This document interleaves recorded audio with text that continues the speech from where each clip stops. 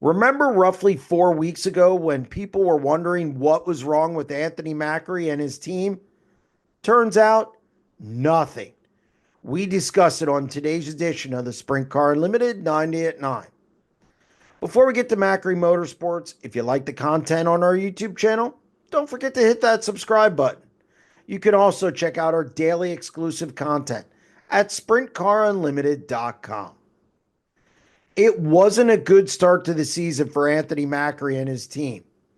Through the first 11 races of the campaign, the Dillsburg, Pennsylvania driver had an average finish of 15.3. And even though it was against top flight competition with the World of Outlaws, it was still uncharacteristic of what we've seen the last few seasons.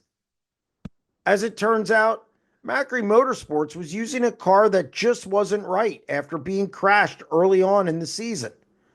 Crew Chief Joe Mooney, Macri, and the rest of the group pulled down another piece, made some tweaks, and righted the ship. How much? Try 5 wins in their last 8 starts. Turning the corner?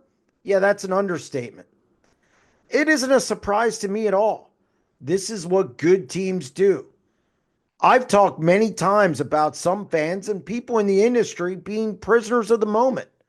Normally, it's in regard to success, but the other end of the spectrum can also be true.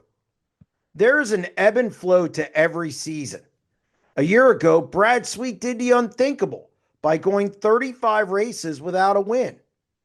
As good as David Gravel was in 2024, he went 15 races without visiting victory lane.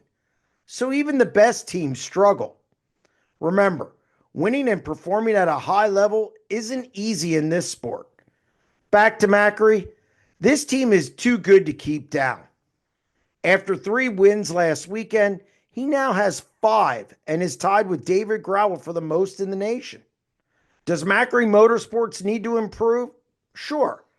The World of Outlaws come to town in a couple of weeks, but the funk this team is in is certainly over.